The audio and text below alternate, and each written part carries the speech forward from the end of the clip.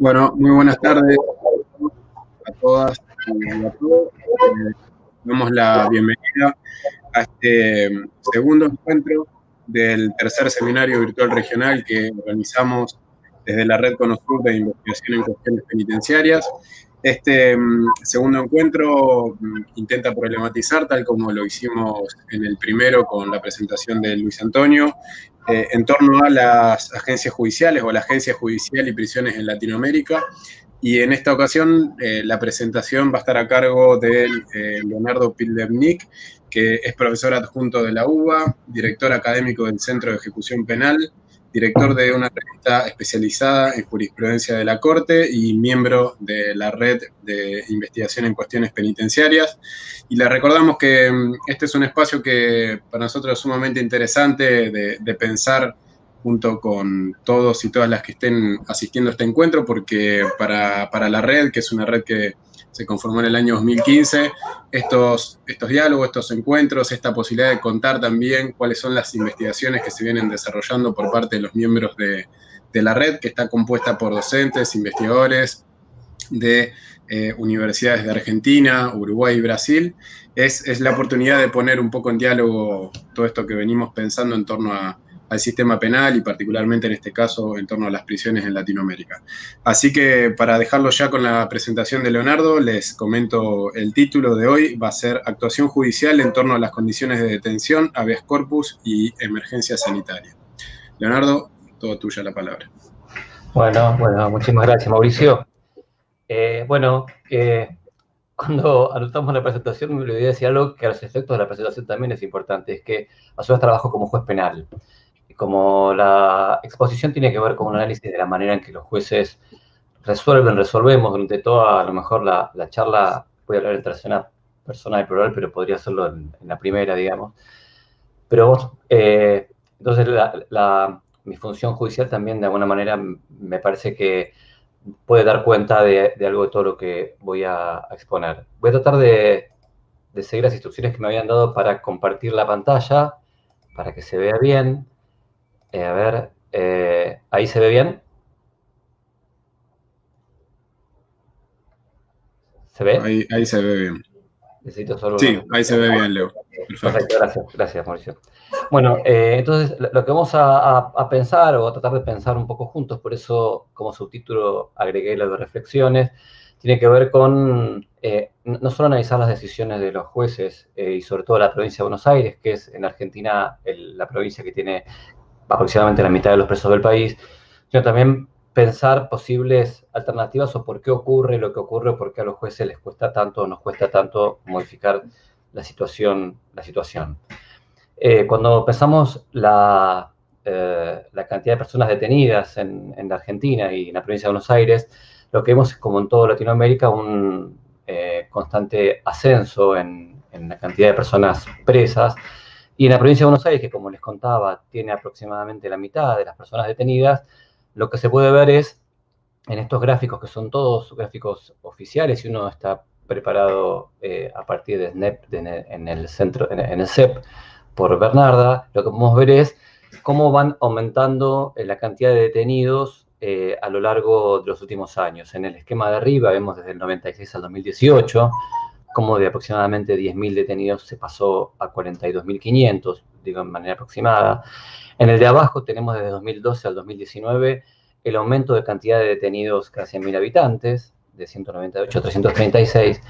Y por último tenemos en el último de los gráficos una información de la cantidad de detenidos al 31 de diciembre de 2019, que son 58.300 en la provincia de Buenos Aires, 58.300 personas intervenidas por el sistema punitivo. Lo que nos encontramos es que, como en muchos lugares de Latinoamérica e incluso del mundo, la estructura penitenciaria no está capacitada para absorber esa cantidad de personas, y nos encontramos que entre las funciones, entre la división de funciones dentro de la comunidad sobre quién tiene que dar cuenta y quién tiene que poner algún freno o cumplir una función esencial en lo que ocurre con las personas detenidas, son los jueces y las juezas, que tienen, sobre todo cuando uno ve las leyes de ejecución y por ejemplo, interpreta las normas constitucionales y observa lo que los tribunales superiores dicen sobre cómo deben ser interpretadas las normas constitucionales, lo que uno se encuentra es que los jueces tienen en general una función específica, o entre sus funciones específicas, tienen las de garantizar el cumplimiento de los derechos constitucionales de las personas detenidas, velar por el cumplimiento de las garantías, de los principios, de los derechos, de acuerdo a las leyes que en cada estado provincial regulen la función de los jueces o a nivel nacional, porque para quienes, bueno, no son de la Argentina en este encuentro, lo que tenemos son provincias en un estado federal que tienen su propia legislación en cuanto a la función de los jueces respecto de lo que estamos tratando. Lo que nos encontramos es que los jueces y las juezas tienen un rol central en impedir que se violen los derechos humanos de las personas detenidas. Ahora, bueno, ¿qué pasa? Estos jueces es una cantidad dispersa en el mapa del país con personas de diferentes procedencias, diferentes ideologías, diferentes formas de pensar el derecho y diferentes formas de pensar la realidad. Personas elegidas de acuerdo a sistemas en los que hay también un involucramiento muy grande del poder político y que lo que genera es, no tenemos un juez o una jueza, no tenemos, o podemos hablar de ciertos modelos de juez por algunas características, pero lo cierto es que después al momento de analizar las decisiones nos encontramos con posturas generalmente muy diversas. Porque otra idea también que se aparece en estas cuestiones cuando se piensa en la posición de los jueces es pensar que estos jueces no son una fuera de la comunidad que resuelve sobre un conflicto interno, a pesar de que la idea de imparcialidad intenta aprovecharse de una idea de juez ajeno y que puede observar los conflictos con una racionalidad cuasi perfecta. Lo cierto es que esto no es más que un horizonte, una idea de lo que un juez, hacia dónde debe estar proyectada la figura de un juez, pero son claramente partes de esta misma comunidad con las ideologías, los pensamientos y parte de la interpretación de la ley que están inmersos dentro de esta comunidad, no son un afuera distinto. Por eso esta imagen de Ruth Bader Ginsburg, una jueza tal vez que hoy se ha convertido casi en una heroína. De hecho, muchos de los dibujos y del recuerdo de Ruth Bader Ginsburg tiene que ver con compararla con una especie de Mujer Maravilla, o los jueces que dibuja Daumier, de jueces dormidos que no les importa nada de aquellos que tienen que resolver. Entonces, un primer elemento a tener en cuenta es que no hay un juez que decide, no hay una jueza o un modelo de juez o jueza, sino que hay una inmensa cantidad de jueces dispersos que toman decisiones no siempre, muchas veces contradictorias y siempre dependientes de la perspectiva de la cual miran a la comunidad y miran a la ley. Entonces, lo que decimos es que los jueces con relación a la prisión tienen que tomar decisiones que muchas veces involucran la evaluación de la situación carcelaria. Esto es, bueno, y aquí tenemos un problema que yo identifico con sobrediagnóstico y exceso discursivo. Llamo sobrediagnóstico a que lo que aparentemente ocurre en las causas que llegan a los tribunales con relación a la situación carcelaria es que lo que no hay es casi discusión sobre los hechos. Esto es una causa judicial, no puede discutir, esto no es así. Alguien podría decir, en realidad no hay superpoblación. Y esto en general no es discutido y las decisiones judiciales que se ocupan de la cuestión, ¿no? En realidad, tienen sobrediagnosticada la cuestión. Lo que tenemos es una permanente, identificación de un proceso que, como vimos en los primeros esquemas, va deteriorándose a través del tiempo cada vez más. Y el exceso discursivo, algo de esto lo vimos en el primer encuentro de este año, que algún vínculo tiene con esto, porque podríamos decir que la presentación de hoy con relación a la primera parte del año es un ahondamiento de pensar la función judicial más que exclusivamente lo ocurrido en la provincia de Buenos Aires. Tomamos a la provincia de Buenos Aires como ejemplo, pero estamos pensando en qué pasa con las decisiones de los jueces y la situación carcelaria. Y el exceso discursivo tiene que ver con la manera en que los jueces terminamos citando permanentemente normas internacionales, normas nacionales, decisiones de tribunales superiores, decisiones de tribunales extranjeros, decisiones de tribunales internacionales. Por ejemplo, en el fallo Berbisky de 2005, que vamos a ver aquí en algún momento, que fue un fallo pionero en esta idea de pensar colectivamente el problema y solucionarlo de una manera, e intentar alguna especie de solución o gestión de manera general, Christian Curtis, un jurista al analizar el fallo, Berbisky decía, bueno, qué profusión de cita que tiene este fallo.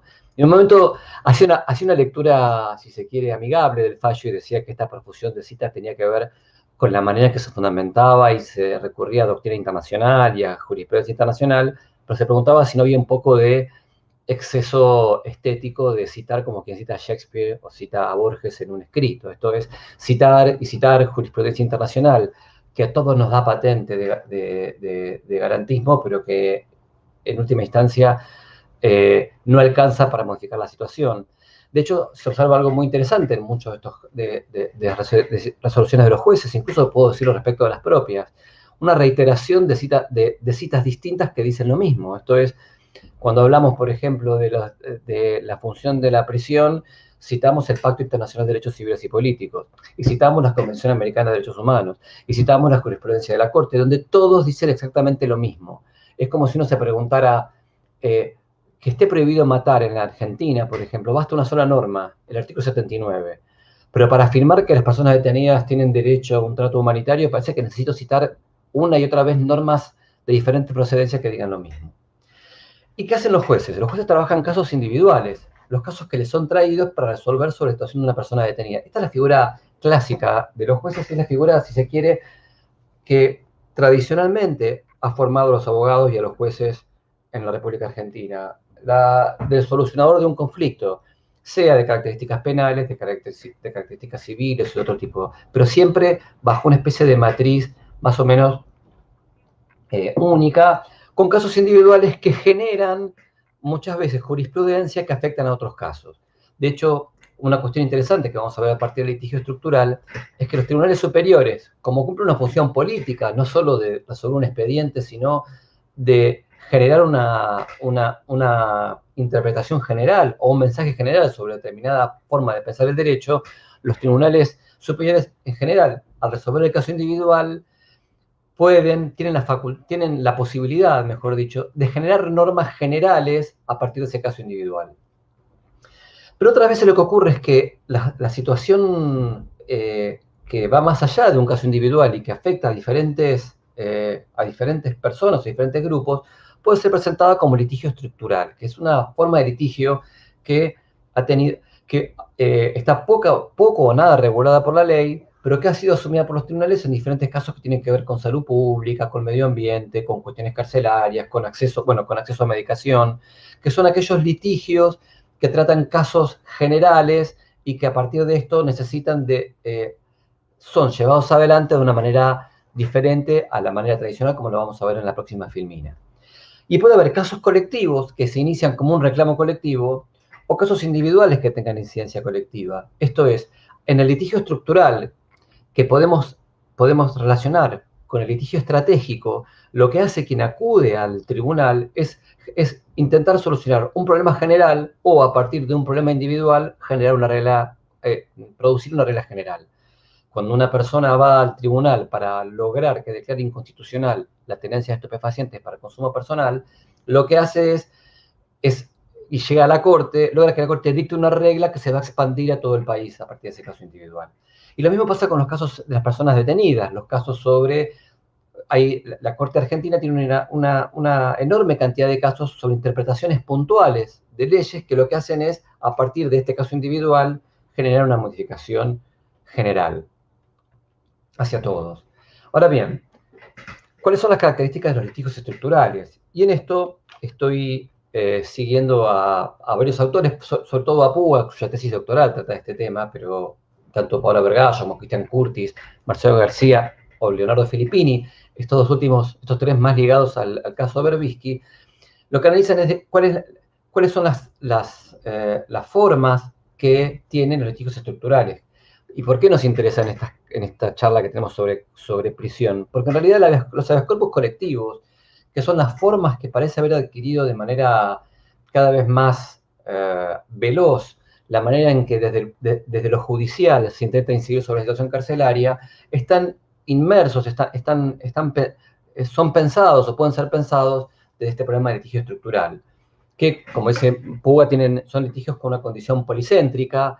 ella toma un autor norteamericano, hace el ejemplo de la tela de araña, donde hay diferentes nudos y donde no estamos resolviendo un conflicto, sino una serie de conflictos con intereses que se van vehiculizando y de manera, y se van irradiando como una tela de araña, con lo cual la solución no es una única solución, sino una solución que muchas veces requiere del consenso de aquellos que están insertos en este conflicto. Tienen también la idea de determinación del colectivo, que es Alavi es un fallo de la Corte Argentina donde intentó definir a qué llamaba un colectivo, pero que tiene que ver con lo que Curtis dice, soluciones que requieren de un remedio indivisible y que por razones de escala no deben ser resueltas en cada uno de los casos, sino de manera general. Esto es, si las personas no pueden estar detenidas en containers, entonces es una regla general, no respecto de cada detenido en un container. Si la regla es que las personas no pueden estar detenidas en condiciones inhumanas, no debo ir a cada persona detenida en condiciones inhumanas para iniciar una acción, sino debo resolver un remedio que es indivisible para todas, ninguna debe estar en esto, rige respecto de todas, y por razones de escala no debo ir a cada una de ellas. Pero esto, como dijimos que es policéntrico, muchas veces requiere de negociación, que también es otra cuestión que el litigio estructural tiene siempre en mayor o menor medida. Estamos hablando de características generales que pueden no estar presentes en alguno de los casos. Pero que tiene que ver con la idea de que los jueces entonces convocan a las partes para que a partir de sus propios intereses, pero a su vez en función de una modificación en el tiempo, pueda sostenerse en el tiempo a partir de la admisión de cada uno de qué es lo que cada uno aporta para esta situación. Dice Mayra Puga, conflictos o litigios en donde pesa menos el reproche, uno no va tanto a pensar quién fue el culpable de esto, sino a cómo voy a remediar, por eso se habla de litigios remediales, cómo voy a remediar hacia el futuro la situación, requieren de activismo judicial, no un juez pasivo y que se corra de la mesa, sino que proactivo y que genere las condiciones para que la solución pueda tener lugar. De esto quiere decir que en general tienen que ser jueces con capital político, y por eso se menciona en general la idea de que, esto lo menciona muy, muy interesantemente Marcelo García, tienen que ser tribunales superiores, o tienen que ser, es razonable que sean tribunales superiores porque son aquellos que tienen porque de ellos depende la decisión de los tribunales inferiores, y porque a su vez, al ser tribunales superiores, no están sometidos a una modificación posterior. Esto es una decisión que puede tomar un juez de primera instancia, puede ser varias veces modificada, pero no la del tribunal superior. Después hay una pretensión de regulación, una orden regulativa, y el mayor problema que tiene el litigio estructural es la efectividad regulativa. ¿Qué llamamos a esto? ¿Qué efecto tiene lo que los jueces dicen? Esto en el marco, lo digo mínimamente, del neoconstitucionalismo, que está mal escrito, ahora lo veo en la Filmina, pero es una denominación que puede ser adjudicada a varias corrientes, pero en ese sentido lo que yo quiero mencionar es esta idea de que la Constitución, como matriz central matriz de todo el ordenamiento jurídico, muchas veces genera permanentemente la confrontación con las leyes para ver si están de acuerdo a la Constitución, y muchas veces la Constitución se deriva de la Constitución regulaciones directamente de la letra constitucional y no de las leyes. Esto es, permanentemente se confrontan las leyes con la Constitución, y si las leyes no están de acuerdo a la Constitución, se buscan soluciones para que rija la letra de la Constitución. Y con esto no es ni bueno ni malo, pero lo que presenta es en realidad una profusión de formas interpretativas que ven en la Constitución una matriz, y que a partir de esto se fijan regulaciones a partir de los jueces que tal vez se apartan de regulación legal.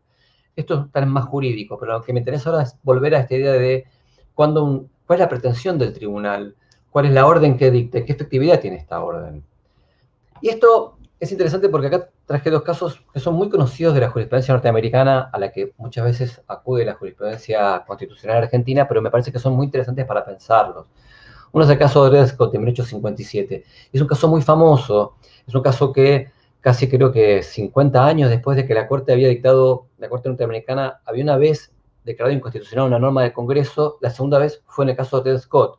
Es un caso donde un afroamericano que había sido esclavo solicitaba se reconociera su condición de libre a partir de haber estado en territorios donde la esclavitud había sido abolida, digamos, o en territorios antiesclavistas.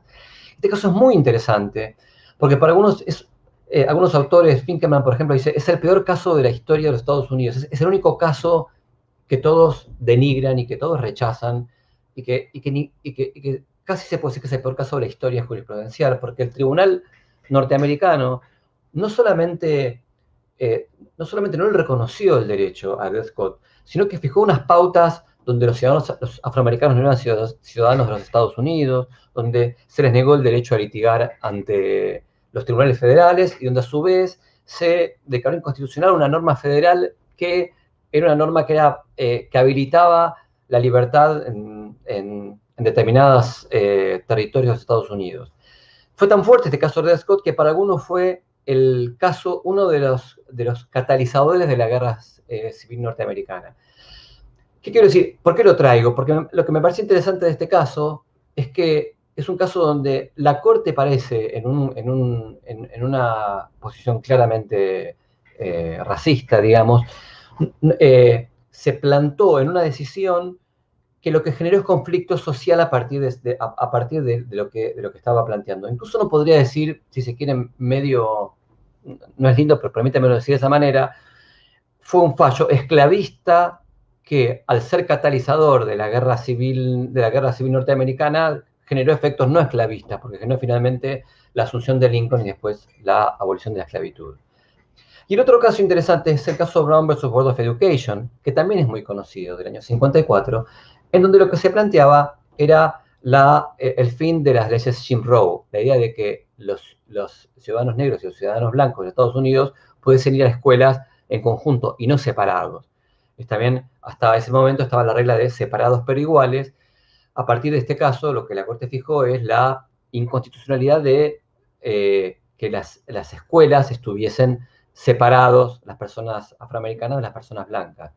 Pero lo interesante del caso es que para hacer esto efectivo, como se ve en la foto, después de varios días donde los estudiantes no pudieron entrar, el gobierno tuvo que llevar a la milicia para habilitar el ingreso de los primeros estudiantes afroamericanos a esta escuela de Little Rock. Entonces, lo que presenta el caso es, y que Mayra Puga hace un análisis interesante de este caso, es si efectivamente, para que este caso que es tan famoso, si sea efectivo por no, necesitó del apoyo del Ejecutivo y del poder político para hacer efectiva esa decisión.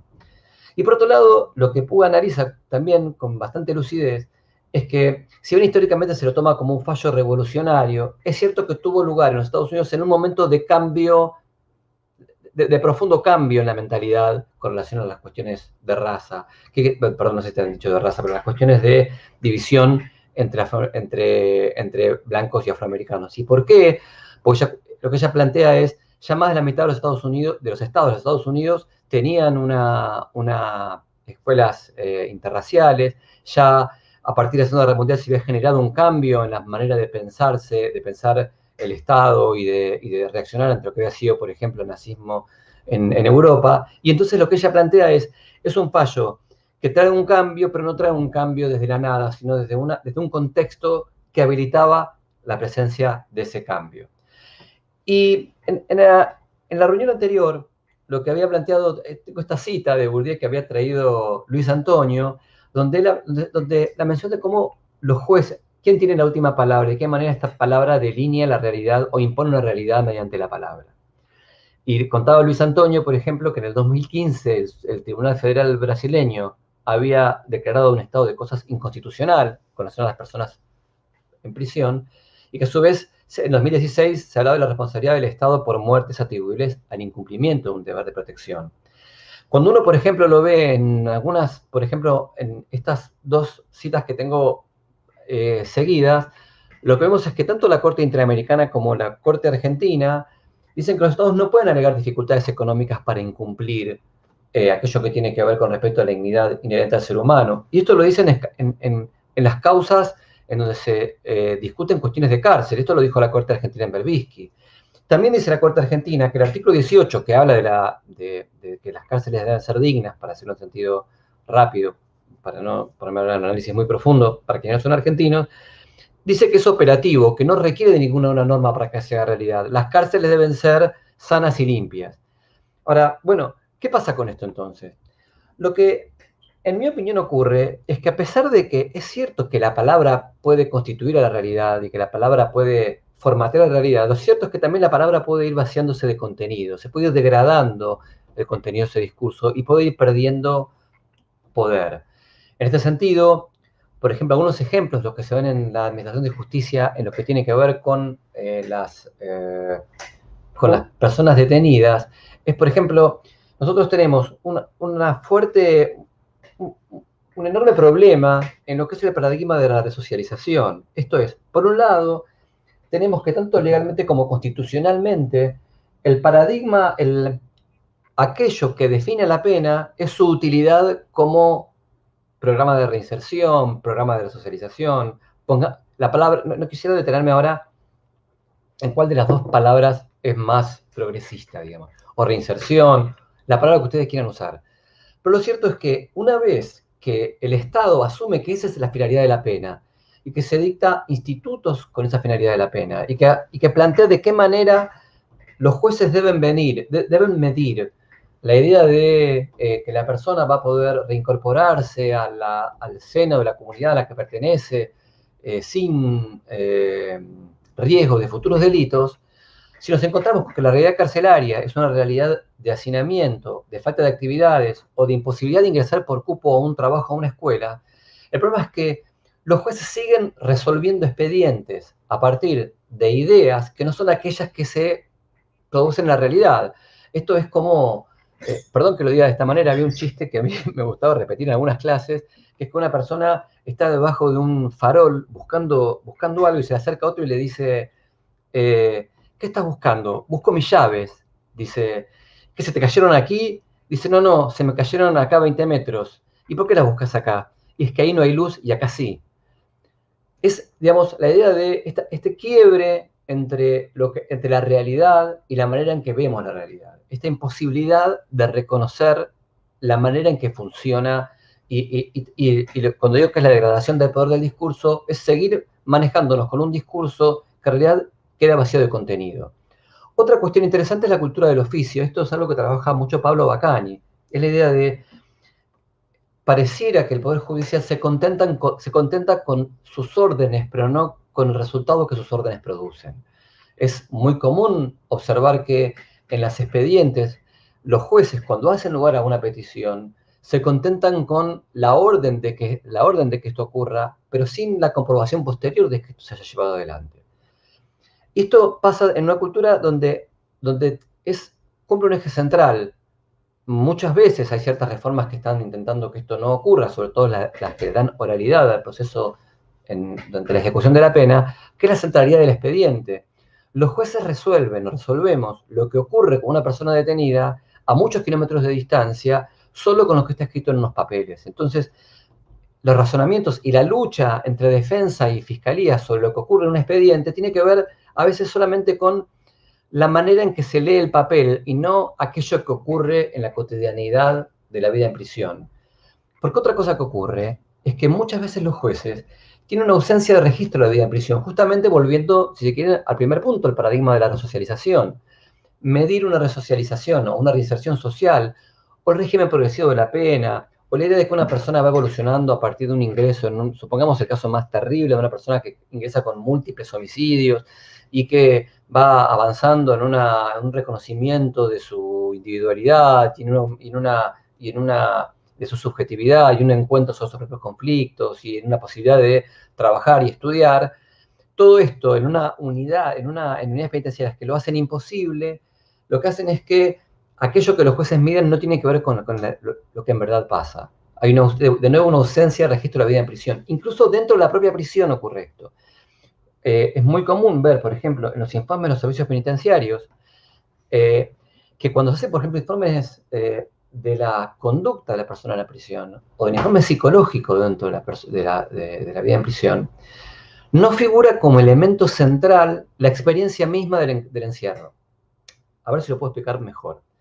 Lo que yo quiero decir es que si nosotros vamos a analizar el paso de una persona que hace 4 años que está detenida en función de un robo, y el informe psicológico menciona cómo se vincula esa persona con ese hecho de robo hace 4 años, pero es ciego el informe a la realidad que esta persona tal vez durmió en el piso, tal vez tuvo que pelearse por mantener sus zapatillas con una faca, que tal vez tuvo problemas de alimentación o que no tuvo atención médica, y todo esto no aparece en el informe psicológico. Hay algo de la psique de esa persona central que no está siquiera siendo materia de debate, materia de discusión. Todo es demasiado lineal y demasiado conforme a la linealidad que previamente compuse para tomar una decisión más fácil. ¿Está bien? Y esto justamente afecta la efectividad regulativa. Después es lo que, y por eso nos encontramos con decisiones judiciales, que esto es como el chiste de Mafalda, por eso lo puse, Guille es el hermanito de Mafalda, que intenta soplar una nube porque le tapa el sol, pero la nube no se va a mover porque el sople.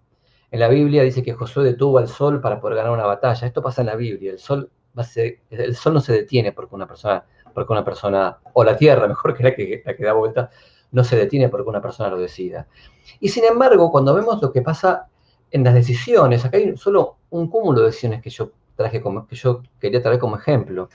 Lo que uno observa es que los jueces o son conscientes de su propia impotencia, entonces hacen saber la preocupación, instan a los demás a que deje de pasar lo que está ocurriendo. Esto es muy común en las cárceles inhabilitadas en la provincia de Buenos Aires. Hace años que los jueces venimos, quiero analizar, no quiero describir, no reprochar con esto, donde lo que los jueces hacen es toman conocimiento de un estado respecto al cual ellos son quienes deben hacerlo cesar, pero ante la conciencia de que no pueden hacer cesar, hacer recomendaciones. Por ejemplo, es interesante con relación a las comisarías inhabilitadas, cómo los jueces exhortan a que las personas no estén detenidas allí, o incluso prohíben que una persona detenida esté alojada en una comisaría que está clausurada. Esto es la prohibición sobre la prohibición, porque la clausura implica justamente la prohibición de tener personas allí, con lo cual, de nuevo lo que decía antes, se debe permanentemente sobreargumentar sobre aquello que aparentemente, como le pasa a Guille con el sol, la nube no se mueve. Y por eso acá traje algunas medidas. Por ejemplo, algo interesante es que me interesaría pensar qué es lo que va a ocurrir. La Corte Interamericana, por ejemplo, en un fallo López contra la Argentina del 25 de noviembre del año pasado, hace menos de un año, tomó una decisión en base a considerar que las personas no podían estar alejadas de sus familias mientras estaban detenidas. Y los kilómetros de distancia a los que las personas están del lugar de detención son lo que hoy ocurre, por ejemplo, en las formas de ejecución de la pena a nivel nacional, en el orden, no en cada provincia, pero en el orden nacional, donde las personas que están detenidas dentro del sistema federal pueden ser alojadas en cárceles que están a 2.000 kilómetros de distancia de su casa. Si yo ahora sostengo que esto es una violación a la Convención Americana, lo razonable sería pensar qué es lo que va a ocurrir de aquí en más para que esto deje de suceder, porque el sistema hoy está construido a partir justamente de aquello que la Corte está diciendo que esto deberá ser prohibido. No quisiera detenerme con cada uno de estos casos porque me imagino que puede ser cansador y son solamente casos en donde lo que uno observa permanentemente son decisiones que no se transforman en hechos finalmente. Los registros de cuerpos en la provincia de Buenos Aires, que están desde 2012, el registro de la Corte lleva registrados 24.550 habeas corpus de 2012. Y también es cierto que no todos los habeas corpus finalmente a pesar de que existe la obligación, no son informados al registro central. ¿Cuál fue el caso eje que significó para la Argentina una situación, si se quiere, de esperanza en su momento? Fue el fallo Berbisky de la Corte Federal de hace 15 años, del 3 de mayo de 2005. Las decisiones que tomó la Corte y que generaron, se armó una mesa de diálogo y la Corte instó a que los jueces revaloran la situación de las personas detenidas, lo que generó, se ve en este esquema en pequeño, es que entre el año 2005-2007 bajara la cantidad de detenidos, que de esta curva ascendente bajara durante 2 años, después empezara a subir lentamente, con lo cual no volvió hacia su punto anterior hasta 2 años después, pero después siguió en ascenso. Y este habeas corpus colectivo de Berbisky es uno de los ejemplos que en general se toman cuando se habla de litigio estructural. Porque la Corte lo que hizo fue no solo dar cuenta de una situación, reconocer que no era un caso que se podía resolver de una sola manera mediante una decisión única, recomendó, fijó cuáles son las reglas que deben regir para una persona para la detención, estableció plazos para que el Estado cumpliera con determinadas órdenes, instó a una mesa de diálogo que bimestralmente debía informar a la Corte y que debía informar de los avances, donde el Poder Ejecutivo, donde las asociaciones, digamos, las asociaciones o ONGs que trabajan sobre personas detenidas, debían, entre todos, trabajar en función de una agenda que descomprimiera la situación que había generado el fallo Berbisky, que era la superpoblación de personas detenidas en la provincia de Buenos Aires. Esto claramente en un número que lo superó ampliamente a día de hoy. ¿Y qué hacen todos los tribunales? Entonces, el problema es, ¿qué posición asumen los tribunales? Por ejemplo, en Berbisky la Corte había dicho que lo que no puede ocurrir, si bien es cierto que las políticas públicas no las deciden los jueces, porque esto es cierto, algo de lo que se cuestiona el litigio estructural es cuánto los jueces pueden ingresar en una mesa de diálogo a debatir sobre políticas públicas cuando las políticas públicas no son resorte de la decisión de los jueces, sino que son decisiones que tienen que tomar la administración, legislativas, formas de gestión. Entonces lo que la Corte dijo es, en Berbisky dijo, si bien es cierto, no solo lo dijo ahí, pero dijo, es cierto que los jueces no diseñan políticas, pero sí tienen un control constitucional. Esto es, si ponen en peligro, lesionan bienes jurídicos fundamentales, los jueces tienen que impedir los efectos de esas políticas públicas. Lo interesante es que cuando la Corte de Provincia se refiere a una situación parecida, no parece asumir respecto de la prisión el mismo estándar. Es un estándar un poco, si quieren, más leve. Lo que dice es, los jueces no son quienes diseñan la política criminal, carcelaria y de seguridad, ni definen los pormenores de su ejecución. Y lo que dice la Corte es, la Suprema Corte puede proveer lo necesario para contribuir a evitar la afectación de derechos. Esto quiere decir, en este caso, la Corte de la Provincia parece adjudicarse un rol mucho más, si se quiere, más mediado, menos eficiente, porque allá no solo es un dique para que no se vienen derechos, sino que va a contribuir con los otros jueces, con los otros poderes, quienes para la Corte son los que primordialmente están obligados a establecer las políticas carcelarias. ¿Y qué pasa? Esto la verdad que lo traigo como un problema con esto que está pasando y que yo les comentaba sobre la dificultad de los jueces para generar una modificación. ¿Qué ocurrió hasta hacia fines de 2019, antes del COVID? Era tal el nivel que había tomado el problema de superpoblación. Yo esto ya lo había mencionado, creo que en la otra charla, lo que había informes del Tribunal de Casación, del Comité contra la Tortura, de la Comisión Interamericana. La situación se entendía, había una idea de que estaba a punto de estallar, y la Corte llamó a una audiencia pública el último día hábil del año. Estas son fotos de esa audiencia pública. Aquí no se me ve por cómo se diseñó el PowerPoint, pero yo estoy atrás en una de las fotos, yo estuve presente en esa reunión. Y la Corte explicó que debían racionalizarse el uso de la prisión preventiva y de la privación de libertad. Difundió e hizo propios los estándares de los criterios de la Corte Interamericana. Le hizo saber a los jueces algo muy importante para los jueces, que de ningún modo iba a aceptar que fueran sometidos a juicio político por liberar personas detenidas a partir de estos criterios. Y en esa misma reunión también se discutió sobre el informe de casación sobre la situación de los presos en la provincia de Buenos Aires. Esto es muy interesante, para mí es una cuestión histórica que puede tener muchas lecturas, porque es muy difícil citar lo que pasó en esta audiencia. Fue una audiencia donde la Corte instruyó a todos los jueces de la provincia, pero después no quedó. Es muy difícil encontrarla en internet. Yo, por ejemplo, no pude encontrar la filmación, hubo un registro de esta reunión, y esto fue sacado de un diario de ese día, pero esto fue por un lado, fue una manifestación clara de la Corte que se involucraba en el cese de la situación de las personas detenidas, pero no lo hizo mediante ninguna decisión jurisprudencial, no lo hizo dictando un acuerdo mayoritario unánime, sino que lo hizo mediante un mensaje oral que fue recibido por los jueces, pero como toda oralidad, requiere de un registro que hoy es difícil encontrar. ¿Qué pasó a partir de eso?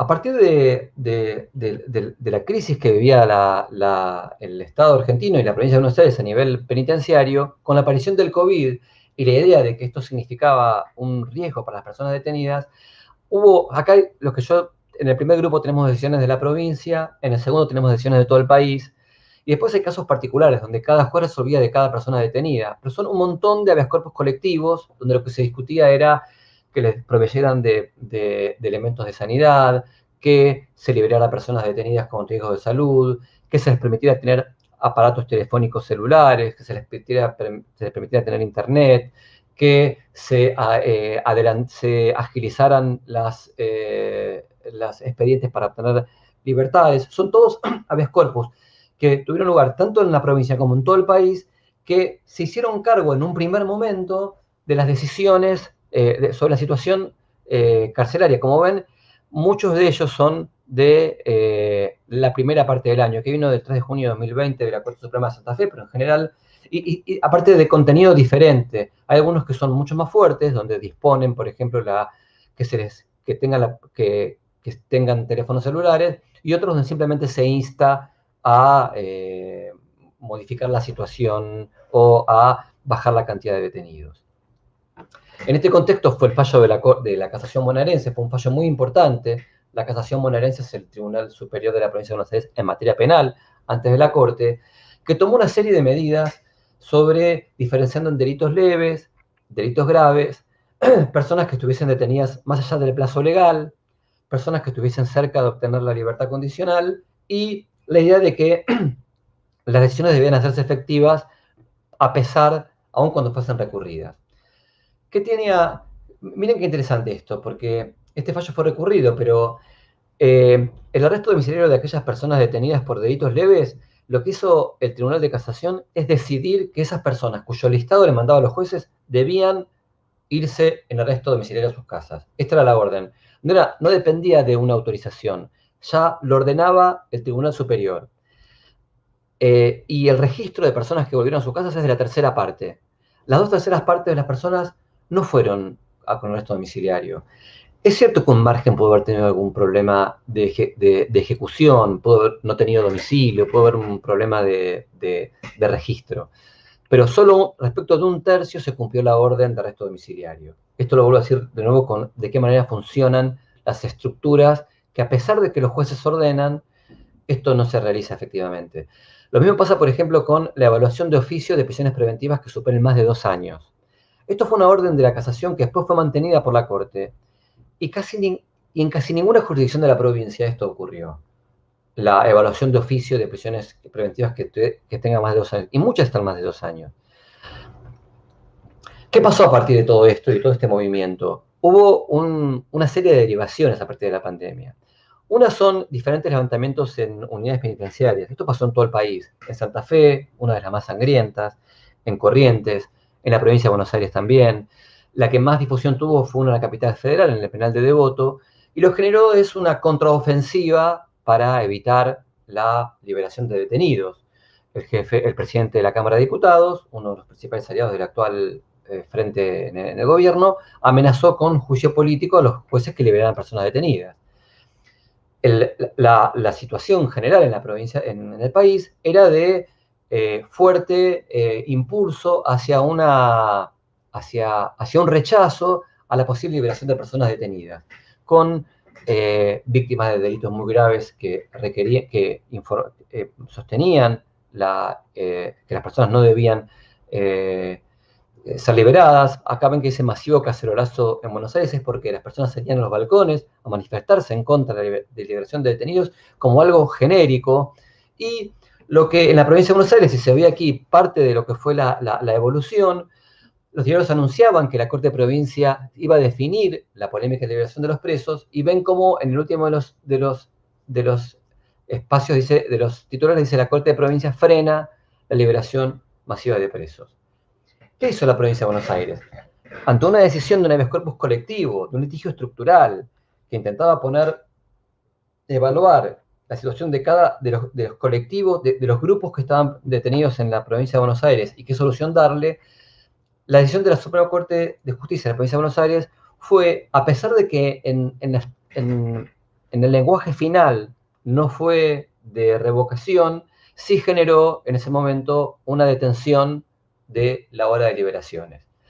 En este caso, la Corte de Provincia, en esta decisión, que fue la última hasta que creo que la cosa está recurrida ante la Corte Federal, pero la Corte Superior de la Provincia dijo, los hechos no son materia de discusión. La gente que está detenida, que tiene problemas, incluso los que tienen problemas de salud y son más vulnerables al COVID, están en situación de vulnerabilidad en un contexto donde la propia Corte afirma de violación de derechos humanos por la situación de hacinamiento en comisarías y unidades penitenciarias de la provincia.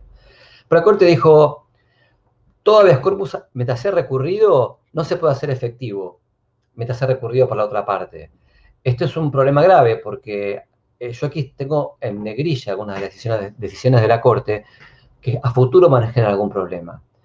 Una de estas decisiones que van a generar un problema es que la Corte entendió que si la contraparte recurre a la decisión de un habeas corpus, en la medida en que no sea un habeas corpus liberador, la decisión debe mantenerse suspendida. Esto es un problema porque hace que los habeas corpus puedan ser mantenidos en el tiempo hasta que se terminen todos los recursos ante tribunales superiores.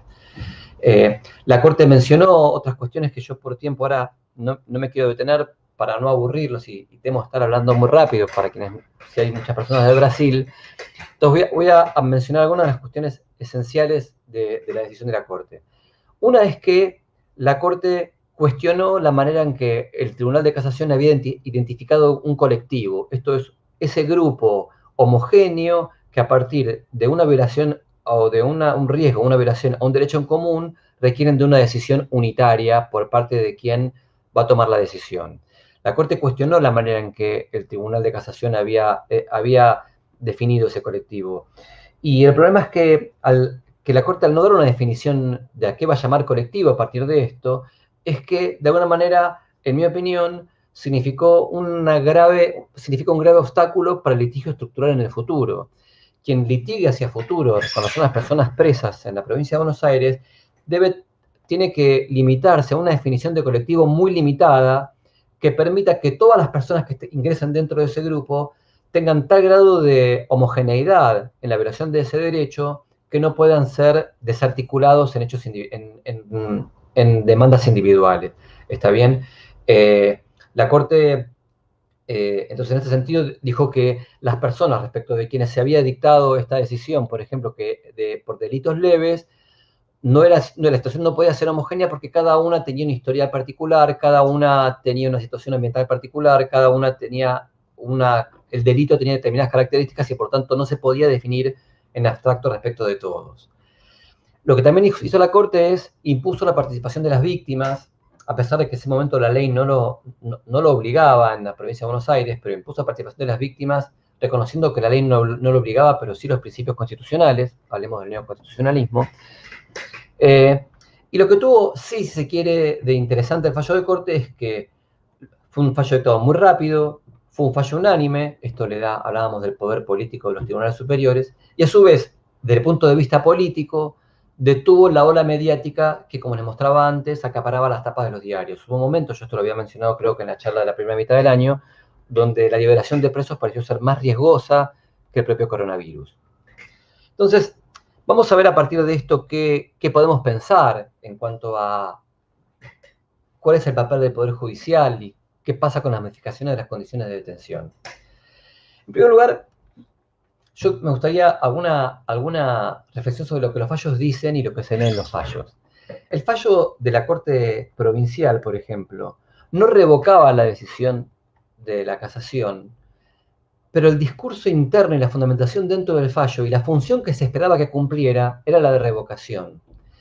Y cuando entonces uno observa el efecto, a pesar que yo no tengo el dato empírico, pero es en cuanto a diferenciación de causales, el freno en la liberación de personas detenidas que generó cumplió el efecto de la revocatoria. Esto es porque el contexto esperaba que el fallo dijera aquello que el fallo, de manera tímida, decía y no decía. ¿Está bien? Yo creo que cuando uno lee el fallo de Corte, por lo tanto también intentó de alguna manera proteger a los jueces denunciados, dejando en claro que las decisiones que se habían tomado igual, digamos, diluyendo de alguna manera la crítica que se les había realizado. Pero lo cierto es que terminó siendo un fallo que sin revocar tuvo el efecto de la revocatoria. ¿Esto qué pasa entonces?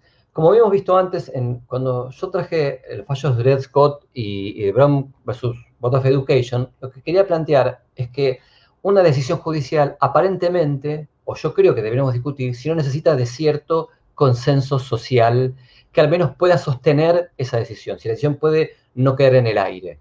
Porque si la decisión va a ordenar algo que la estructura no va a poder soportar, por lo que fuera, válidamente o no, o va a ser un discurso vacío o se va a encontrar con que va a terminar siendo revocada. ¿Está bien? Por eso algunos plantean que con relación a la superpoblación carcelaria, una de las mejores políticas es la que se llama la política de la puerta de atrás.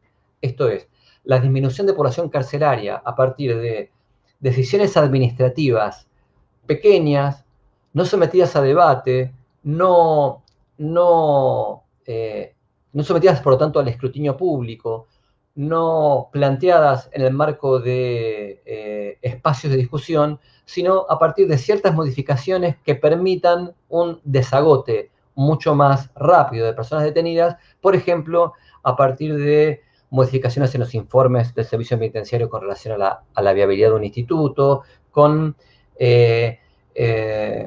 o sea, con cambios que no impliquen una modificación de la política de encarcelamiento general. El otro problema que tenemos nosotros, yo creo, en la provincia de Buenos Aires, es el vaciamiento de la acción de habeas corpus. El habeas corpus, en realidad, que históricamente es una institución que ha tenido, sobre todo a partir de la dictadura en Argentina, una fuerte tradición defensora de los derechos humanos y destinada a hacer cumplir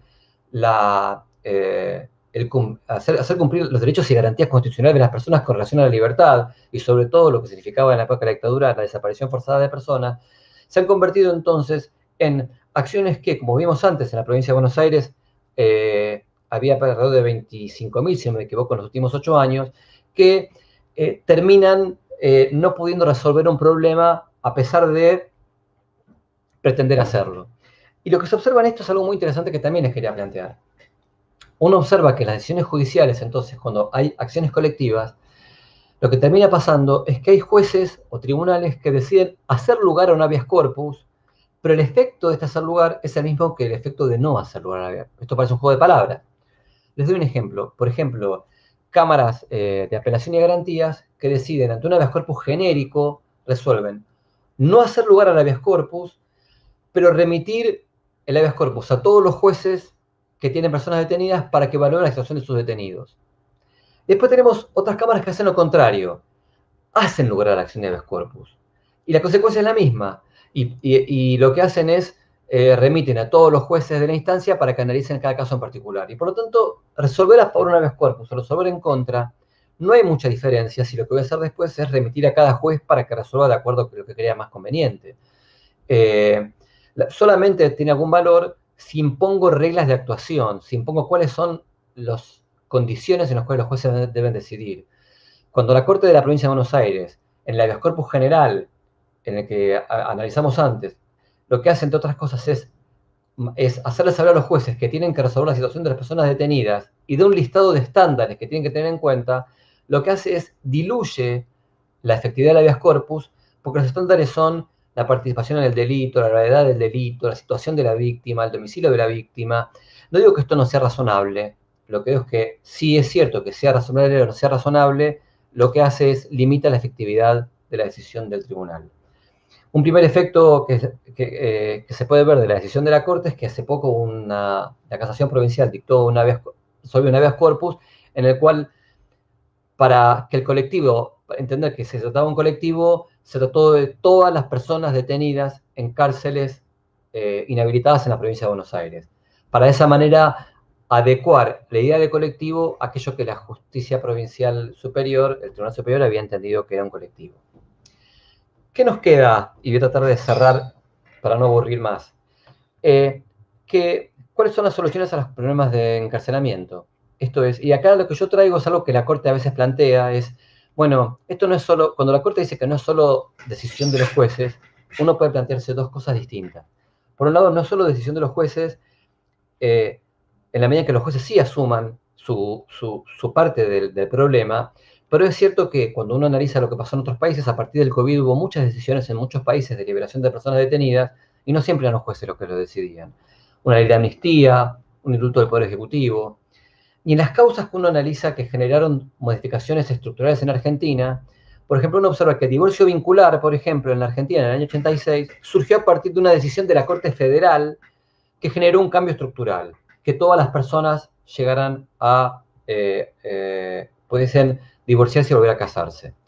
El servicio militar obligatorio, a partir de un caso, el caso Carrasco, que fue, que es una persona en el servicio militar que había fallecido en el servicio militar a partir del trato que había recibido, generó una fuerte repercusión y facilitó que el Poder Ejecutivo mandara un proyecto de ley para abolir el servicio militar obligatorio. Acá fue el Poder Ejecutivo. El derecho al voto de personas procesadas detenidas fue una decisión judicial. La tenencia de estupefacientes para consumo, por ejemplo, en la Argentina, no es una decisión legislativa, son decisiones de la Corte Federal que va cambiando de posición, determinando que en la Argentina se persigan a todos los que tienen para su consumo o que no persigan. El matrimonio igualitario, que en Estados Unidos, por ejemplo, fue una decisión de la Corte norteamericana, en la Argentina fue una decisión legislativa.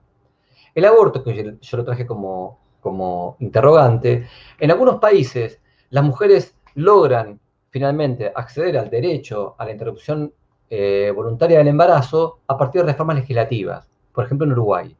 Pero en otros países lo hacen a partir de decisiones de los tribunales superiores, como por ejemplo en Portugal o por ejemplo en Estados Unidos o por ejemplo en Canadá. La pregunta es, ¿cómo modificamos la situación carcelaria? Sería interesante pensar cuál de todos estos esquemas que estamos intentando ver pueden ser utilizables para modificar una situación que a pesar de su condición de violatoria de derechos no logramos modificar. Me acuerdo hace mucho con Filippini nos preguntábamos, ¿tiene que haber un Carrasco, tiene que haber una muerte para cambiar la situación carcelaria? Aparentemente no. Ni Carandirú, ni las muertes en Sierra Chica, ni las personas que mueren incendiadas en las comisarías de la provincia de Buenos Aires alcanzan para que la situación se modifique. Debe ser una iniciativa legislativa. Aparentemente, el Poder Legislativo permanentemente lo que hace es empujar en sentido contrario. Todo lo que nos encontramos aquí y que sería interesante pensar, por eso esto es mi idea de reflexionar es cuáles son los límites de las decisiones judiciales y cuáles son las formas para pensar el poner fin a la situación, al hacinamiento y a la situación carcelaria en el caso de la Argentina o en la provincia de Buenos Aires. Y para eso el litigio estructural es una de las soluciones posibles.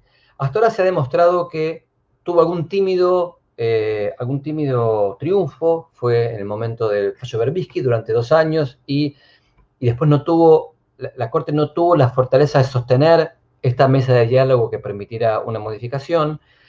Y entonces lo que tiene el litigio estructural, que tiene fortalezas y tiene debilidades.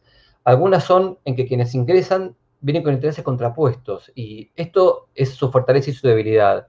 Intereses que a su vez les permite negociar hacia futuro cuáles son las pautas que creo que cada uno puede entregar para que esto se modifique, y que genera a su vez un involucramiento del tribunal, que esto a veces lo que produce es una degradación del poder del tribunal para llegar a una solución, porque una vez que se involucra el tribunal, abandona ese espacio tradicional de tercero imparcial, y al involucrarse en el conflicto, es muy difícil que, digamos, si bien tiene que arbitrar la negociación, es muy difícil que con el tiempo esa negociación no termine fagocitándolo, y muchas veces a su vez haciéndole perder poder, porque las amenazas respecto de las amenazas o las intervenciones del tribunal pueden tener paulatinamente menor efecto. Entonces, en resumen, lo que nos encontramos es que el litigio estructural, el litigio remedial, las formas de llegar a que un tribunal, a partir de una violación de derechos de manera colectiva, resuelva una situación, depende de muchas variables. Y algunas de esas son qué poder tiene este tribunal, aún cuando lo quisiera resolver de este modo. Dijimos que los jueces son un universo demasiado amplio para pensar que todos piensan igual. Pero si pensáramos en jueces que están intentando terminar una situación de hacinamiento sobre población, ¿qué capacidad y qué fortaleza y qué incidencia política va a tener su decisión?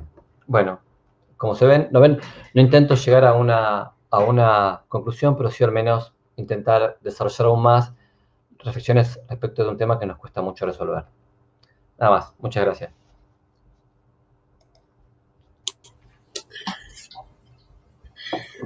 Bueno, gracias, Leo. La verdad que una presentación sumamente interesante, muy rica.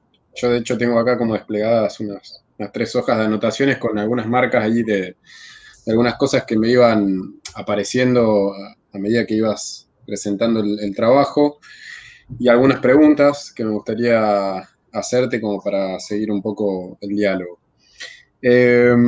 Por un lado pensaba esto de que en el inicio de tu presentación vos traías un poco a escena estas características de los habeas corpus colectivos y sobre todo estas características del litigio estructural y traías a colación estos casos en Estados Unidos y no pude dejar de pensar también en una referencia tal vez más teórica o bibliográfica en el texto de Jacobs, de Stateville, y me venía este capítulo que él escribe sobre la introducción del derecho en las cárceles norteamericanas y esta dinámica que vos explicabas muy bien en todo el desarrollo de cómo a veces también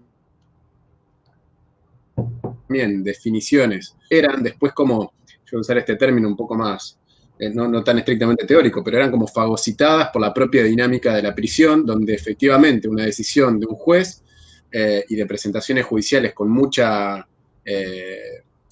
potencia. Algunas tenían ciertos efectos, efectivamente Jacobs ahí cuenta de algunos movimientos que se dan, pero otras eran rápidamente desactivadas, inclusive por un director de un penal que decía, bueno, todo bien con lo que usted me dice, señor juez, pero yo acá en la cárcel no tengo lugar para distribuir a las personas como usted quiere que las distribuya, entonces, ergo, la situación va a seguir siendo igual, va a seguir siendo de violación de los derechos, casi como una suerte de, bueno, no tengo elementos para hacer esto, entonces la dinámica propia de la cárcel, el funcionamiento, la configuración espacial, etcétera, hacía pasar una definición judicial sumamente interesante e interpeladora de las estructuras propias de castigo que se terminaba fagocitando rápidamente en una respuesta muy sencilla, muy inmediata, muy de lo cotidiano. Eso me parece como interesante para poner como en la línea también de un estudio específico también sobre las prisiones y esta dinámica que vos estabas contando. Después me quedo con algo muy interesante que vos traías, esto obviamente del poder de las palabras y sobre todo del poder y a veces también de los sentidos, ¿no? Que hay que revisar y de cierto ejercicio de análisis del discurso que hay que hacer cuando uno lee las definiciones judiciales, ¿no? Las actuaciones judiciales también.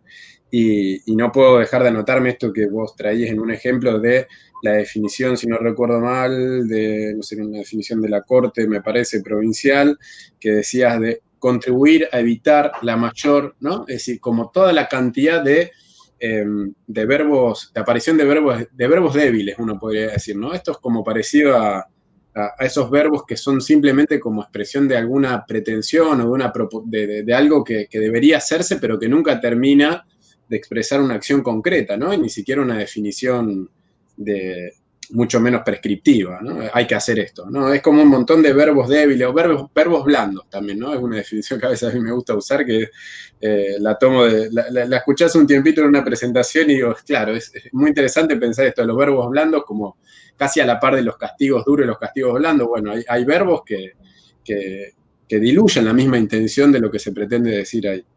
Y en eso me quedé pensando en ese ejemplo que vos traías. Después me quedé pensando en esa tensión que hubo efectivamente cuando comentabas este acontecimiento de la audiencia de diciembre del 2019, cómo rápidamente el escenario de la pandemia revocó una definición que en este caso al haber quedado en la oralidad es más difícil de ponerla en escena, digamos, para contrastarla, pero esto que vos decías, en la audiencia se dijo, no vamos a como ceder a la presión de los juicios políticos, y lo primero que hizo como ir desbaratando todo lo que había acontecido con algunas medidas en torno a descomprimir la situación carcelaria en la provincia fue justamente que aparezca esa definición en ese caso de Massa sobre la amenaza de un juicio político y empieza otra vez todo a ir para atrás, ¿no? Digo, cómo rápidamente esos escenarios hicieron que aquello que parecía una decisión política fuerte en el 2019, a fin del 2019, solamente a 3 meses pasó a ser una decisión sumamente frágil, ¿no? Y después me quedaba pensando mucho, y esto también es un poco la herencia burdiana, que la traían vos la traías a colación en la presentación, y ya introduce tal vez una pregunta que me gustaría hacerte, que me quedo con la última parte de tu presentación con dos cuestiones. Una, respecto de si hay algo de que todavía en las definiciones judiciales se permea o aparece mucho esta idea que Bourdieu plantea del misterio de los ministerios, ¿no? Esta idea de que pareciera ser que las decisiones judiciales son a veces no solamente discursivamente demasiado confusas o o esto que vos decías, dicen una cosa pero en realidad si la lees dicen otra, y si además no sigue si hay una discusión hacia el interior de la justicia, de pensar que esas discusiones no solamente a veces son inteligibles para actores propios del Poder Judicial, o son confusas tal vez, más que inteligibles, y tal vez esa escritura, esa forma de escribir, hasta a veces puede ser una misma intención. Pero, ¿qué pasa con la relación en torno al espacio público y a la agenda pública, ¿no? Porque más allá de los cuestionamientos que uno podría pensar en torno a, inclusive que uno lo pueda ver en algunas marchas que debería uno ver también las entidades que tienen esas marchas, cómo son convocadas, etcétera, pero también este discurso bastante fácil de decir la justicia y de reclamar en torno a la justicia como una suerte de órgano supranacional que actúa por fuera de todos los márgenes, defendiendo corruptos o haciendo esto y lo otro, ¿no? Esa cosa es que es una enunciación más general que no deja ver los matices, pero sí pensaba si hay algo de esto de una falta de interpelación de la justicia sobre cómo se vincula efectivamente con esto que uno podría llamar la opinión pública, que tampoco hay que llamarla así en términos tan generales, pero para ponerle un nombre, o con la agenda pública, que uno puede reconocer claramente se inscribe en una fuerte articulación con la agenda mediática. Y en ese mismo sentido, me quedé pensando en esto último que decías sobre qué raro, no qué raro, digo, pero miren esta situación, qué llamativa, que la situación carcelaria, que es la que más rápido uno puede demostrar, que ahí se vulneran todos los ejercicios de los derechos posibles, no termina de ser tensionada, ni siquiera con miles de muertes, ni con situaciones sumamente catastróficas. Y ahí pensaba que justamente también si no hay un desafío en esto que vos decías de la justicia, a veces inscribe sus definiciones de acuerdo al contexto en el que pueden emerger, y ese contexto claramente está dado a veces a partir de cierto consenso social. Y yo creo que ese consenso social, esto también ya lo señalaba, por ejemplo, Foucault en la década de los 70, a fines de los 70, digamos, ese consenso social está dado fuertemente también por los medios de comunicación, claramente, ¿no? Respecto de definir, sobre todo, un consenso de quiénes pueden ser objetos de derecho y quiénes no, o quiénes pueden ser sujetos de derecho y quiénes no. Entonces me preguntaba ahí, digamos, si el desafío también no es una mayor articulación de los movimientos, las organizaciones, las instituciones que están interviniendo en estos contextos de encierro, en las prisiones, para hacer aparecer muchas de estas discusiones con más frecuencia y con estrategias más creativas y novedosas en el espacio público, ¿no? Que a veces es como algo que parece que queda medio escindido, ¿no? Digo, la justicia y el espacio público como escindido, los movimientos sociales o las organizaciones sociales y las instituciones que intervienen en la cárcel como escindida de la discusión en el espacio público. Porque el espacio público ha sido como... ha sido atravesado o ha sido transitado por un montón de organizaciones sociales que han puesto demandas, inclusive creo que, por ejemplo, son mucho más visibilizadas hoy demandas vinculadas a la violencia institucional, pero esa violencia institucional no logramos que se articule con lo que sucede en las cárceles. Lo que sucede en las cárceles es violencia institucional, digo, ¿no? Pero hay algo ahí que está como disgregado, pero en realidad es más una pregunta, digo, si vos ves que hay algo de esto que está apareciendo, si reconoces algo de esto en lo que venís trabajando, y si te parece que es uno de los desafíos que también deberíamos proponernos. Te planteo esto como interrogantes míos o derivas mías de la escucha que tuve de tu presentación, y después, si querés, te transmito algún comentario de quienes están escuchando. Dale. Mira, de algunas cosas, la verdad que es muy interesante todo lo que me planteaste, y tratar tal vez de pensar lo que puedo yo responder, lo que puede ser interrogante, digamos. Lo primero, esto de hablar es difícil, es como una especie, es un clásico, ¿no? De los abogados y los jueces, el chiste famoso de que los abogados hablan en latín para que los demás no entiendan, o de que ingresa al juzgado y sale y le dice al cliente lo que ocurrió porque él no entiende si el abogado no se lo dice. Hay ahora toda una corriente, independientemente de la cuestión penal, que se llama así como derecho claro, y que es muy interesante, que es la idea de que los jueces empiecen a hablar en sus sentencias de una manera entendible, esta vez que no se convierta en una especie de galimatías o laberinto, que la persona que se está hablando de los derechos de la persona, pero la persona no sepa de qué se trata, digamos. Hay un trabajo muy lindo de Felipe Fusito, un sociólogo que está en la Facultad de Derecho de la UBA, donde analiza, por ejemplo, un fallo de una cámara civil y lo desmenuza y en un momento dice, yo creo que nadie lo recurrió porque nadie lo puede entender, ni el que ganó ni el que perdió, porque incluso marca palabras que no existen, frases que están fuera de contexto, latinajos que no se corresponden con lo que está planteando. Este movimiento sí es interesante en general, fuera de la cuestión carcelaria, que en Argentina está teniendo como bastante movimiento. En relación a los jueces y los medios, bueno, los jueces le tenemos en general mucho miedo a los medios, esto ocurre. Si yo no soy muy especialista en esto, no soy especialista, lo que te puedo decir es que, por ejemplo, yo formo parte de grupos de jueces, por ejemplo, de una red, por ejemplo, de jueces en la provincia de Buenos Aires, donde la preocupación siempre es tener algún especialista en medios que pueda dar la cara, porque en la práctica lo que ocurre es que no estamos muy habituados a la cuestión mediática. Entonces, cuando salir a los medios es salir a una lucha, te doy un ejemplo.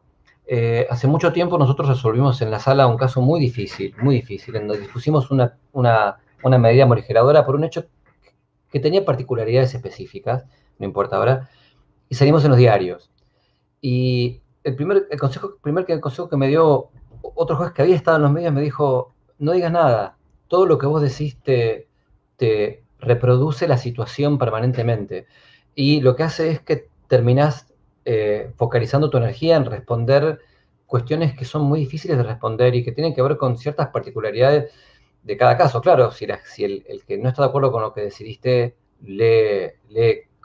digamos, no conoce el expediente, puede haber jueces que resuelvan mal, pero bueno, lo que hay es como una profunda desconfianza en lo que los jueces puedan decidir, a veces fundada, esto no estoy diciendo que no sea así, pero lo que genera en general a los jueces es mucha dificultad para presentarse en los medios, y lo que hay a veces es redes que se están armando, por ejemplo, una de las que yo participo, que en parte tienen una clara idea de cómo en los medios tener algún tipo de incidencia y de respuesta. ¿Está bien? Lo que pasa es que lo que encontrás, perdón, le voy a decir, espero algunos me están escuchando y nos queremos mucho, somos todos laburantes que nos gusta mucho lo que hacemos, pero de repente a veces siento que, claro, salimos en diarios zonales, ¿entendés? Entonces de repente en el diario de más, en Clarín, La Nación o Infobae aparecen notas que leen 50.000 personas o 2 millones de personas, y en nuestro intento de aparecer en algún lugar aparecemos en el diario zonal, ¿entendés? En un diario que aprovecha un espacio de que alguien quiere, digamos, no tenemos la misma incidencia, y esto se vuelve muy complicado para nosotros en general. No me quiero victimizar, también creo que es la función pública y estamos en un espacio donde estamos con los riesgos que este espacio significa. Para eso uno decidió estar acá, digamos. Pero yendo a lo anterior, algo que habías planteado sobre cómo esta idea de que yo llamo la degradación de la palabra, a mí hay algo que me parece que tiene el derecho, que es que tenemos como esta idea medio bíblica de que Dios dice que se haga la luz y la luz se hace. Así es la idea esta casi religiosa de que el lenguaje y la realidad tienen un vínculo esencial y que con el lenguaje crean la cosa casi cabalística, que con el lenguaje crea la realidad. Y muchos jueces creen que con el lenguaje crean la realidad. Y no es así. Lo sabemos que no es así. Entonces, esto de no podemos detener al sol, ni detener a la tierra que gira alrededor del sol. Y sin embargo, el problema que tenemos, y yo creo que esto es un enorme problema, yo la verdad que no, por eso la idea era reflexionar y tal vez no traer conclusiones que no tengo. Cuando la Corte dice, no pueden ser dificultades presupuestarias las que se aleguen para incumplir con el respeto de las garantías constitucionales de las personas detenidas. Bueno, pero con decirlo solo, esto no desaparece. No es que yo lo dije y la luz se hizo. Sigue estando oscuro. ¿Y cuántas veces lo voy a decir? Hay momentos donde los jueces tenemos que decir, mirá, así no va. Así no lo podemos hacer. El problema es cómo lo hacemos. ¿Cómo lo hacemos? Si lo hacemos solos, si lo hacemos mediante este litigio estructural, si lo hacemos, por ejemplo, en alguna oportunidad con otros jueces que en el departamento judicial donde trabajo yo, cuando empezamos visitas a comisarías, la idea que pensamos en un momento es, bueno, partamos de, digamos, hay un conflicto interesante que se da muchas veces que es la clausura de un lugar de detención. Esto es, si el flujo de detenidos no se detiene, cerrar lugares de detención, si fuese efectivo, lleva más detenidos a otros lugares.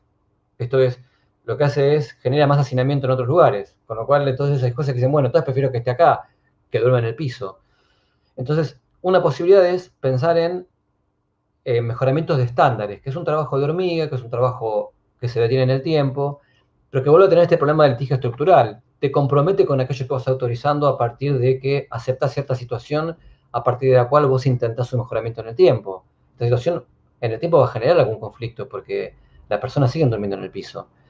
Entonces, hay como, a mí me parece que, bueno, de nuevo, no, de ningún modo intento victimizar a los jueces, decir, ay, pobre, los jueces no pueden decidir. Para eso tienen el poder que tienen, tenemos el poder que tenemos, para eso tenemos el cargo que tenemos y para eso juramos, digamos, ¿no?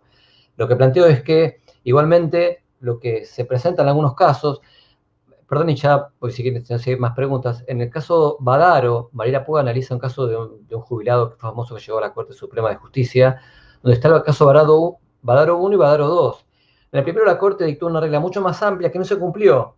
Entonces tuvo que dictar una segunda regla mucho más limitada, que no se proyectara sobre el colectivo general, sino sobre Badaro solo, para que la regla fuese eficiente, porque si no, la regla no se cumplía. Entonces, la cuestión que hay que resolver es cuáles son los instrumentos. Vos decías, bueno, cuando yo planteaba lo de, en función de qué es lo que tiene que pasar, digamos, esto es, se muere Carrasco. Bueno, eso parece que generó cierto consenso de que hay que terminar con el servicio militar obligatorio. Que ya estaba, que no estaba, había sido la guerra de Malvinas, la dictadura, digamos, la mirada hacia las Fuerzas Armadas muy, muy desconfiada. Ahora, entonces, pero parece que no importa cuántos se mueran en la cárcel, eso todavía no alcanza. No, no es por ahí, parece, no es por ahí que va a venir el cambio, porque si se prenden fuego y se mueren, no va a generar más que dos o tres días de estupor, pero no parece que eso va a modificar la realidad. Perdón, y a lo mejor los jueces no podemos. Uno de los momentos claves del cambio penitenciario en Argentina fue con Petinato en la década de 40. No fue ni una corte, no fue ni una reforma legislativa, no fue un debate público, fue un encargado del servicio penitenciario que empezó a modificar las políticas dentro del servicio penitenciario. Y eso generó un cambio mucho más eficiente que jueces de tribunales superiores imponiendo reglas que después no se cumplían. Digamos.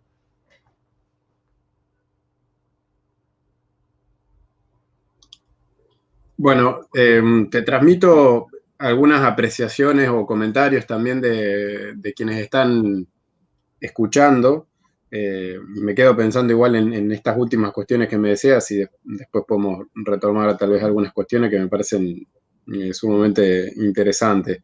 Sobre todo digo como esta diferencia y esta jerarquización también de las vidas respecto de si la muerte es de un joven hijo de trabajador, digamos, que fue al servicio militar de manera obligada y muere en una situación como la que murió, a la que hay que sumarle todos los elementos que vos mencionabas también, digamos, claro, ahí Ramiro dice, víctima, tal vez el valor víctima Carrasco es demasiado diferente en la construcción social del valor preso. Iba justamente a eso, ¿no?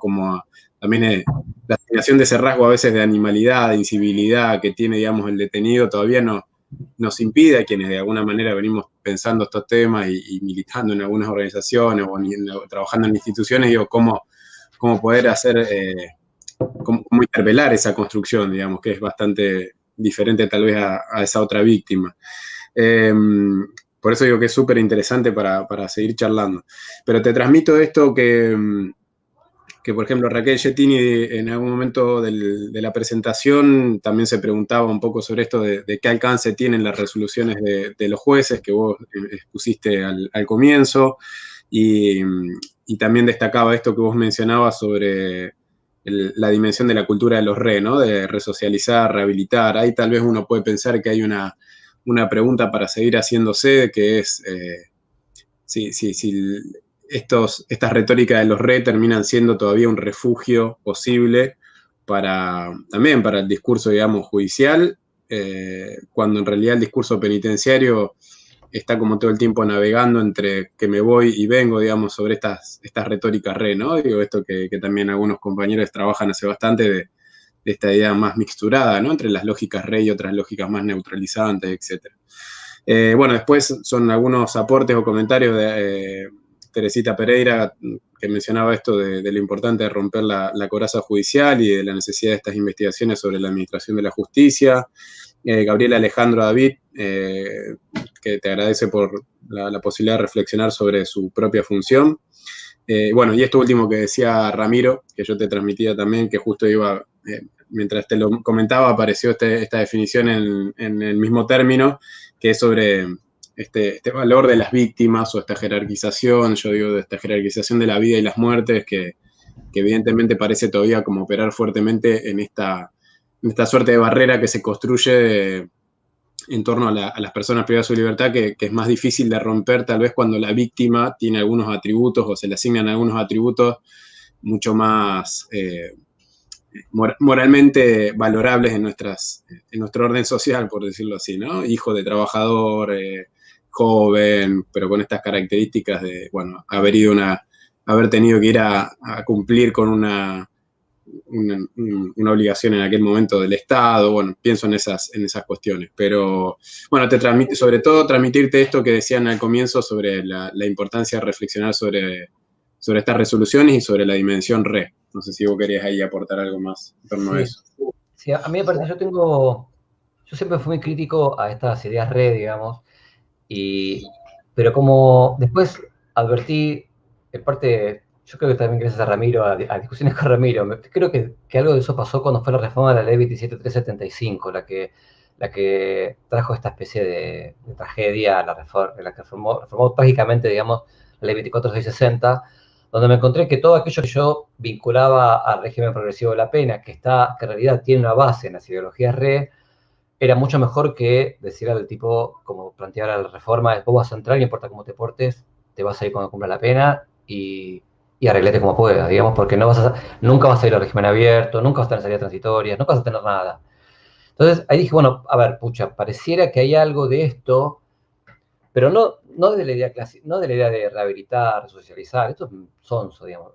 Esta idea de que aparte, que una persona que comete un delito tiene que ser resocializada, el delito puede ser un indicio de que una persona pueda ser socializada en determinado caso, pero no sé, no cualquiera que comete un delito tiene que iniciar esta especie de proceso formateado único, entrar a un régimen cerrado y evolucionar a un régimen cerrado, después ir a régimen, y ver si puede ir a otro régimen menos severo, régimen semiabierto. Todo esto me parece que es una imagen absolutamente... es una cáscara que no me dice cómo es la persona que entra al servicio penitenciario, ni por qué delito entró, ni si por ese delito necesita o no necesita ser resocializada. Pero el problema que hay en el derecho es que en el derecho sí es un paradigma que los jueces en principio estaremos obligados a aplicar.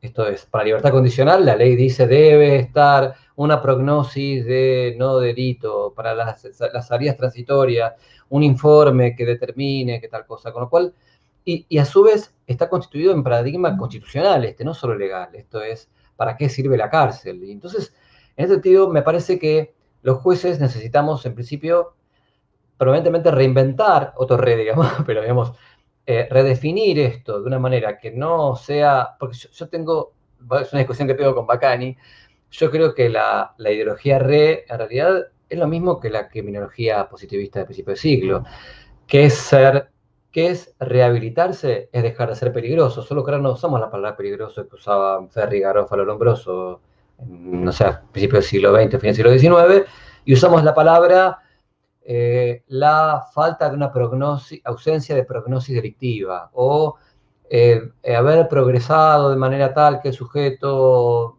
digamos, lo que tengo es otra forma de plantear algo que no es muy diferente a lo que planteaban en fin del siglo XIX, o a lo mejor es lo mismo, solo que con un lenguaje que yo ahora no comparto y hasta rechazo, pensando que lo peligrosista es malo, pero sigo sosteniendo desde otro punto.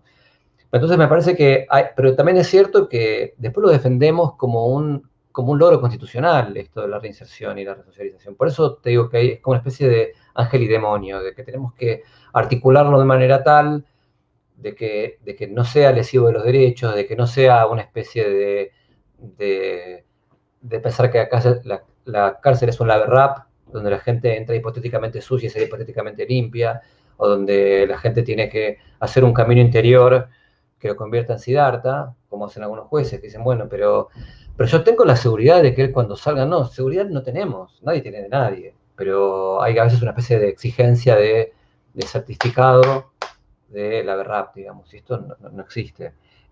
Con relación a las muertes, hay un libro, yo lo leí, a lo mejor creo que es de las muertes que importan, de Kessler y otra persona más, que es muy bueno, donde analiza esto de qué impacto tienen determinadas muertes en la conciencia social o en el imaginario social, digamos.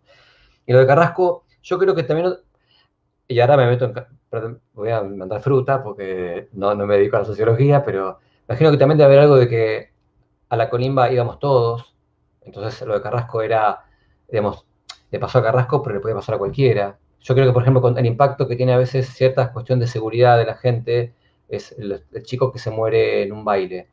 Es que todos los padres creen que puede ser su hijo, porque puede ser cualquiera. Y esta especie de democratización del riesgo hacia todos, los pone a todos, nos sitúa de una manera distinta. Y de nuevo, él se murió por maltrato en el ejército, que es aquel que está imputado de maltrato a soldados en Malvinas, que es el que está condenado por crímenes de lesa humanidad en la dictadura, con lo cual tengo la sensación de que ahí el combo fue mucho más fácil, ¿no? Pero bueno, nada.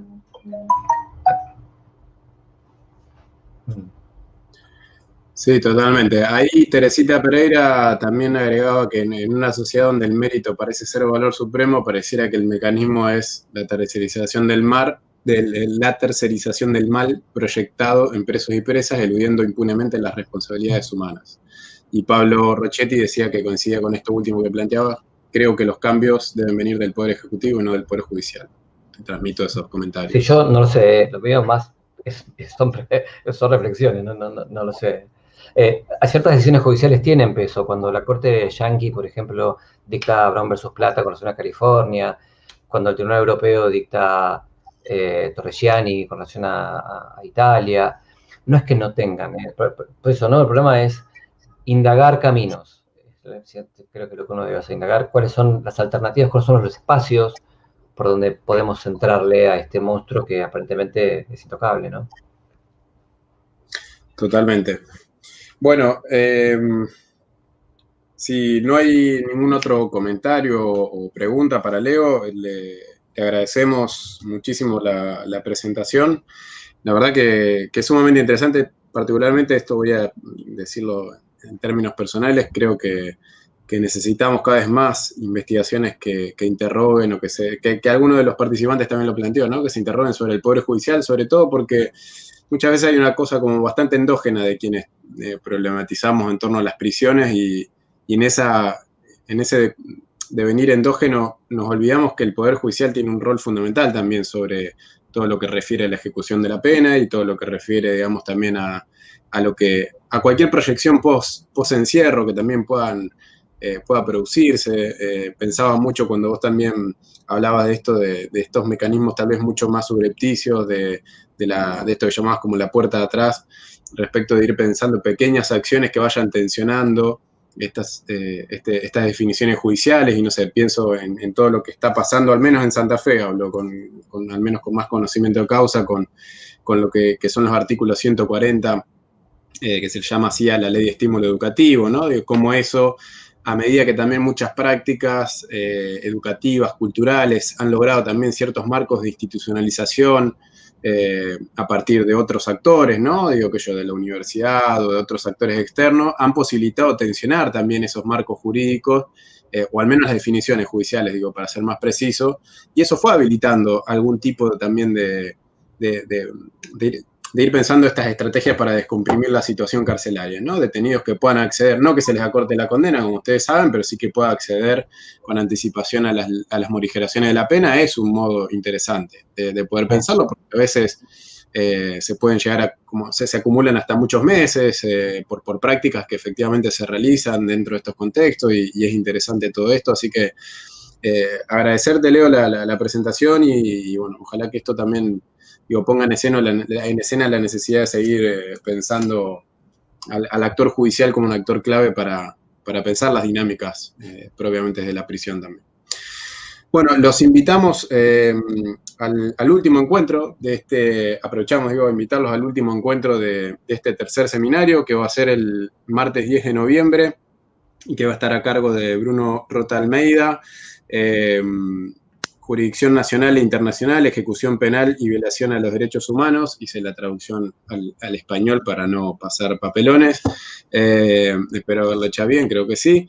Pero los invitamos a este último encuentro que vamos a tener en esta misma modalidad. Así que les agradecemos a todos, todas y todos la asistencia. Gracias, Leo, por la presentación y bueno. Gracias a vos. La verdad es que nos encontramos en noviembre. Servido. Bueno, nos vemos.